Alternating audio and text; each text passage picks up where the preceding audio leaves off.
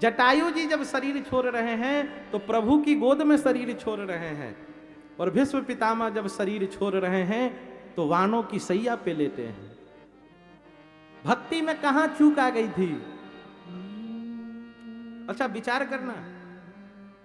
पितामह हाथ जोड़कर कहते हैं, हे प्रभु, पितामह को रोकर पुकार कर बुलाना पड़ा प्रभु को, प्रभु आ जाओ, उत्तरायण सूर्य होने पर मुझे शरीर त्यागना है। पितामह को बुलाना पड़ा है, रोकर स्तुति कर रहे हैं।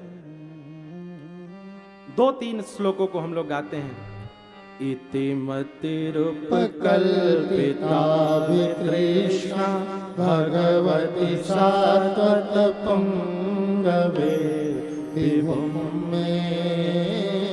इति मतिरुपकल्पिता वितृष्णा भगवती सात्वत पुंगवे विभुम में। स्वसमुपगते क्वचित् हरतु प्रकृति मुपेय सुयात् प्रवाह।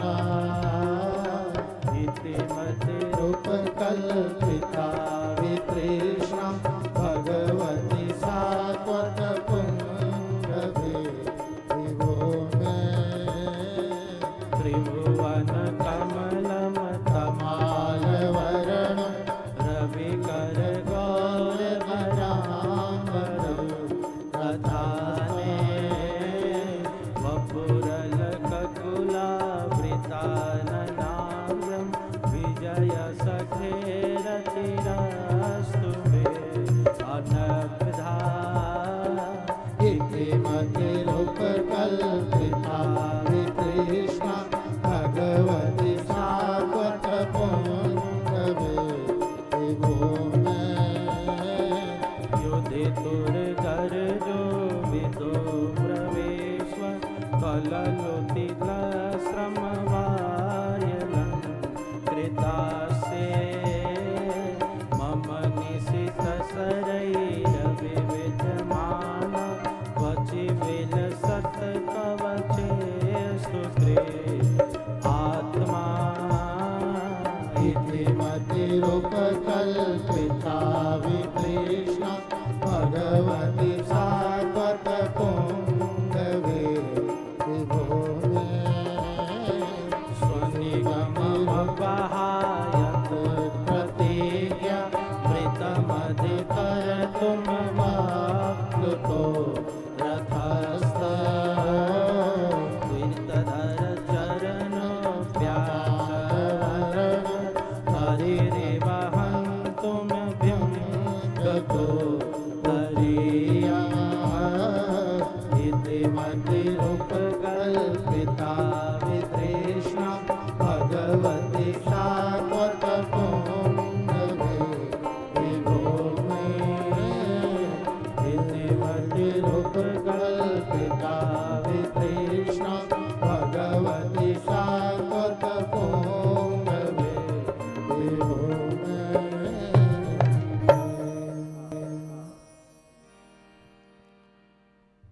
भीष्म पितामह जी को बुलाना पड़ा मैया, ध्यान देना।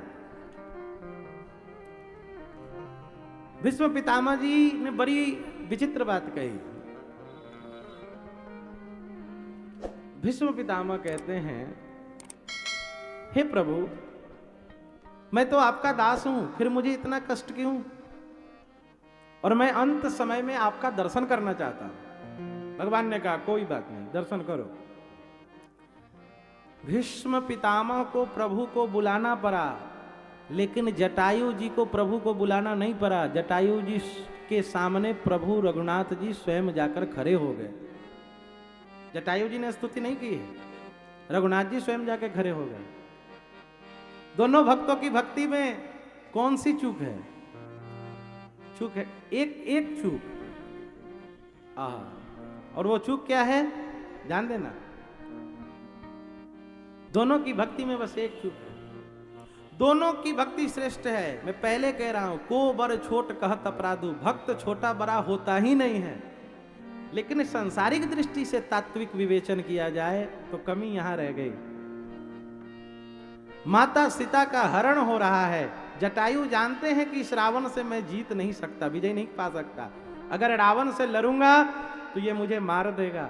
लेकिन सामर्थ्य नहीं रहने पर भी जब भारत की बेटी की इज्जत पे आंच आई तो जटायु पक्षी होते हुए भी रावण जैसे महाबली से लड़ गए, भिड़ गए कि जब तक भारत का एक पक्षी भी धरती पे है तब तक हमारी भारत की बहन बेटियों की तरफ कोई आता ताई बुरी नजर से नहीं देख सकता। और भीष्म पितामह यहीं चूक गए।